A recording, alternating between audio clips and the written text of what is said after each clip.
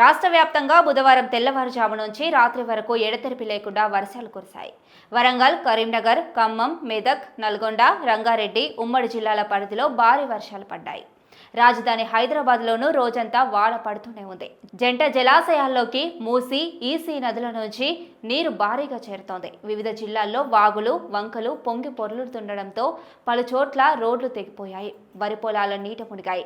ములుగు జిల్లా వెంకటాపురంలో మంగళవారం రాత్రి నుంచి బుధవారం రాత్రి వరకు ఏకంగా 46.9 సెంటీమీటర్ల వర్షపాతం నమోదైంది.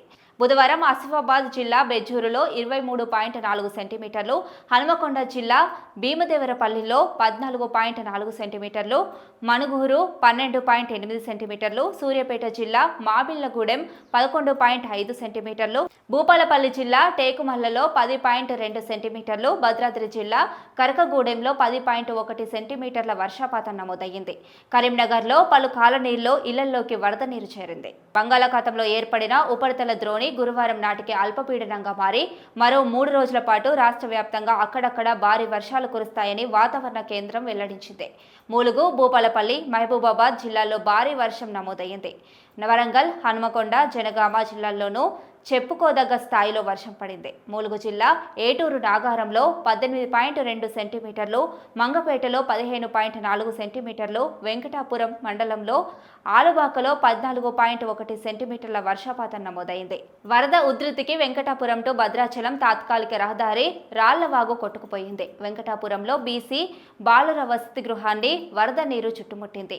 ఏటూరు నాగారం మండలం దొడ్ల మల్యాల మధ్య జంపన్నవాగు మట్టి రోడ్డు కొట్టుకుపోవడంతో 3 గ్రామాలకు రాకపోకలు స్తంభించాయి. వెంకటాపురం మండలం వీఆర్కేపురంలో ఇళ్లలోకి వర్షం నీరు వచ్చి చేరి మంగపేట మండలం మల్లూరులోనూ 20కి పైగా ఇళ్లలోకి వరద చేరింది.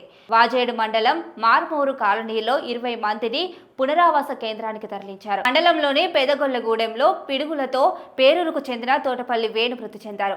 మహబూబాబాద్ జిల్లా కొత్తగూడవాసి ఏ నరేష్ చేపల వేటకు బూర్కవల్లి వాగులోకి వెళ్లి గల్లంతయ్యారు. జిల్లా కేంద్రమైన కరీంనగర్ కార్పొరేషన్ పరిధిలో ఉదయం 3 గంటల పాటు 7 సెంటీమీటర్ల వర్షం కురవడంతో ప్రధాన రహదారులన్నీ చెరువులుగా తలపించాయి. కార్యాలయాలకు వెళ్లే ఉద్యోగులు అవస్థలు పడ్డారు. Police commissionerate, Ramnagar, Mankammathota, RTC workshop, Mancherial చౌరస్తా, అలుగునూర్, కమాన్ చౌరస్తా ఇలా ఎక్కడ చూసినా నీళ్లు నిలిచిపోయాయి. బుధవారం రాత్రి కూడా నగరంలో భారీ వర్షం కురిసింది. పెద్దపల్లి, సిరిసిల్ల, జగిత్యాల జిల్లాల్లోనూ కొన్ని చోట్ల వరద ఉధృతి కనిపించింది. గురువారం ఆదిలాబాద్, ఆసిఫాబాద్, మంచిర్యాల, ములుగు, భద్రాద్రి కొత్తగూడెం, ఖమ్మం, వికారాబాద్ జిల్లాల్లో ఉరుములు, మెరుపులు, బలమైన ఈదురుగాలులతో కూడిన భారీ వర్షాలు పడే అవకాశం ఉందని వాతావరణ కేంద్రం హెచ్చరించింది.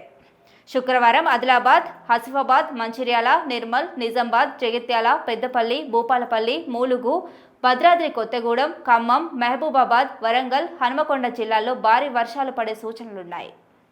శనివారం ఆదిలాబాద్, ఆసిఫాబాద్, మంచిర్యాల, నిర్మల్, నిజామాబాద్, భూపాలపల్లి, ములుగు, భద్రాద్రి కొత్తగూడెం, ఖమ్మం, మెదక్, కామారెడ్డి జిల్లాల్లో అక్కడక్కడ భారీ వర్షాలు కురిసే అవకాశం ఉంది. గోదావరి నది బేసిన్లోనూ రిజర్వాయర్లోకి ప్రవాహం ఆశాజనకంగా లేదు.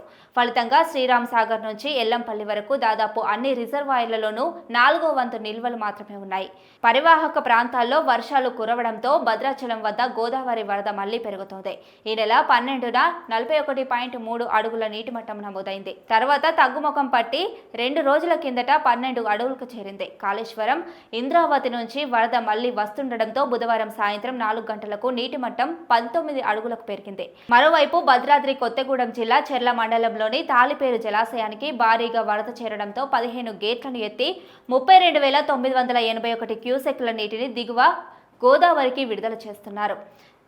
దుమ్ముగూడెం మండలం పర్ణశాల రామాలయం వద్ద సీతమ్మ నారచీరల ప్రాంతం నీట మునిగెత్తి